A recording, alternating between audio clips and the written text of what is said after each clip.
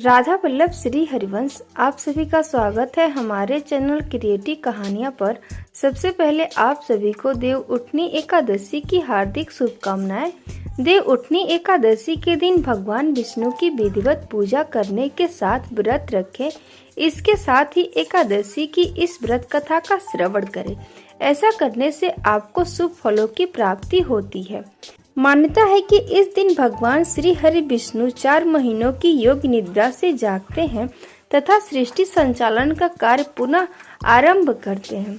इसके साथ ही चतुर्मास का समापन के साथ मांगलिक कार्य आरंभ हो जाते हैं। देव उठनी एकादशी के दिन भगवान विष्णु को जगाने के साथ व्रत रखने का विधान है। इस साल देव उठनी एकादशी पर काफी शुभ योगों का निर्माण हो रहा है। इस दिन विधिवत पूजा करने के साथ साथ अंत में इस कथा का पाठ अवश्य करना चाहिए। एक समय की बात है, एक राज्य था जहां धर्म, आस्था और संस्कारों का पालन बड़े नियमों से किया जाता था। राज्य के लोग अत्यंत धार्मिक एवं श्रद्धावान थे। वे महीने में 2 बार आने वाली एकादशी का व्रत सच्चे मन से करते थे। उस दिन पूरे राज्य में कोई भी अन्न का दाना तक नहीं खाता था, चाहे वो मनुष्य हो या पशु पक्षी। सभी उपवास एवं संयम का पालन करते थे। इसी राज्य में एक बार दूसरे नगर से एक व्यक्ति नौकरी की तलाश में आया। वह राजा के दरबार में पहुंचा और विनम्रता से बोला, महाराज कृपया मुझे इस राज्य में नौकरी दी जाए। राजा ने उसके भाव और जरूरत को समझते हुए कहा कि नौकरी तो मिल जाएगी, किंतु हमारे राज्य में रहने के लिए एक नियम है। हर माह 2 एकादशी व्रत होते हैं। इन तिथियों पर पूरे राज्य में किसी को भी अन्न नहीं मिलता। सभी व्रत रखते हैं और फलाहार करते हैं। यदि तुम यह नियम स्वीकार करते हो तभी यहाँ रह सकते हो और नौकरी प्राप्त कर सकते हो। व्यक्ति ने बिना विचारे किए कहा, महाराज मैं आपकी शर्त स्वीकार करता हूँ। वह प्रसन्न था कि उसे रोजगार मिल जाएगा। कुछ समय बाद एकादशी का दिन आया। राज्य में उपवास का वातावरण था। उस व्यक्ति को भी अन्न नहीं दिया गया, केवल फलाहार के लिए फल प्रदान किए गए, लेकिन व्यक्ति को फलाहार से तृप्ति नहीं मिली। भूख बढ़ने लगी और वह बेचैन हो उठा। वह सीधे राजा के पास पहुंचा और बोला, महाराज फल खाकर पेट नहीं भरता, कृपया मुझे अन्न दे, वरना भूख से मेरे प्राण चले जाएंगे। राजा ने उसे पुनः नियम समझाया, परंतु वह व्यक्ति लगातार खाना मांगता रहा। अंततः राजा को दया आ गई और उन्होंने उसे आटा, दाल, चावल, नमक आदि सामग्री अन्न पकाने के लिए दे दी।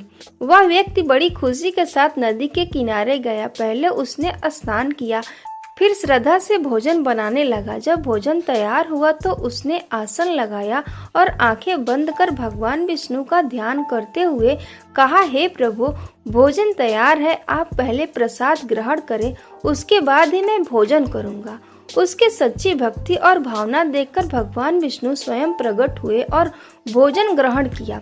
फिर वे अपने धाम लौट गए। व्यक्ति भी भोजन कर प्रसन्नता पूर्वक अपने कार्य में लग गया। अगली एकादशी के समय वह फिर राजा के पास पहुंचा और बोला, महाराज इस बार मुझे पिछली बार से 2 गुना अन्न दे।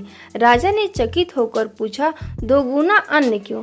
उसने सरलता से उत्तर दिया, पिछली बार भगवान विष्णु स्वयं भोजन करने आए थे। आधा अन्न उन्होंने खाया, आधा मैंने, इसीलिए पेट पूरा नहीं भरा। राजा यह सुनकर हैरान हो गया।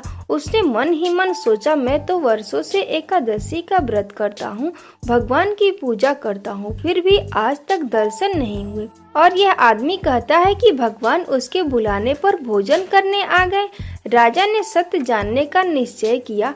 अगली एकादशी को वह छिपकर नदी किनारे पहुंच गया। व्यक्ति फिर आया, स्नान किया और भोजन तैयार किया। उसने पूर्व की तरह हाथ जोड़कर भगवान को बुलाया, परंतु उस दिन भगवान प्रकट नहीं हुए। उसने बार बार प्रार्थना की पर कोई चिन्ह नहीं दिखा। आखिर उसने भगवान से व्याकुल होकर कहा, यदि आप नहीं आए तो मैं अपने प्राण त्याग दूंगा। और वह नदी में कूदने को ही था कि उसी क्षण भगवान विष्णु साक्षात प्रकट हुए और उसे रोक लिया।